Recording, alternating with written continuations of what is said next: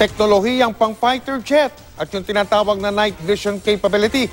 Ilan lang yan sa mga katangian ng mga high-tech na armas na target bilhin ng ating pulisya. Para raw yan sa kampanya laban sa kriminalidad at terorismo. Nakatutok si Marie Sumali. Sa unang tingin, aakalaing karaniwang armas lang ito na tinesting sa shooting competition sa Bato Cup. Pero ang armas na ito, hanip pala sa pagka-high-tech. May guided aiming system na hango sa missile technology. Ibig sabihin, magagabayan nito ang puputok para sipatin ang target. May computer pa ito sa loob ng device na kaya mag-lock sa target. Kaya kahit gumalaw ang baril, hindi ito puputok hanggat hindi bumabalik sa target. Reflex sighting system para mas maliwanag na makita ang kalaban. At night vision capability na sinamahan pa ng red oxide para mas madali raw makita ang aasintahin kahit gabi. Lalo pang pinalilinaw ang nakikita na tila umaga. Ang SMASH o Smart Shooter, isang klase ng high-tech device mula sa Israel na ikinakabit sa high-powered firearms. Ang teknolohiyang ito ay makikita lang daw dati sa fighter jets at tangke. The slogan is one shot, one hit.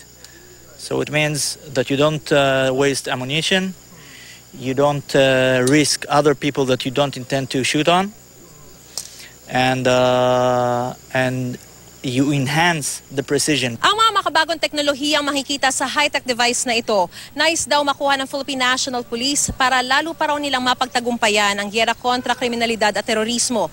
Ang tanong, kakayanin ba ng pondo nila para makabili ng ganitong klase ng teknolohiya? May kamahalan lang yung equipment, but kung mabili natin yan, that would be a very good advantage on our operating troops. Ayon sa Smart Shooter, nasa 600,000 pesos ang halaga ng isang device na ito. Yung hinintay natin na 27,000 rifles ng made by Sig Sauer, I don't know kung kailan yung ma-deliver.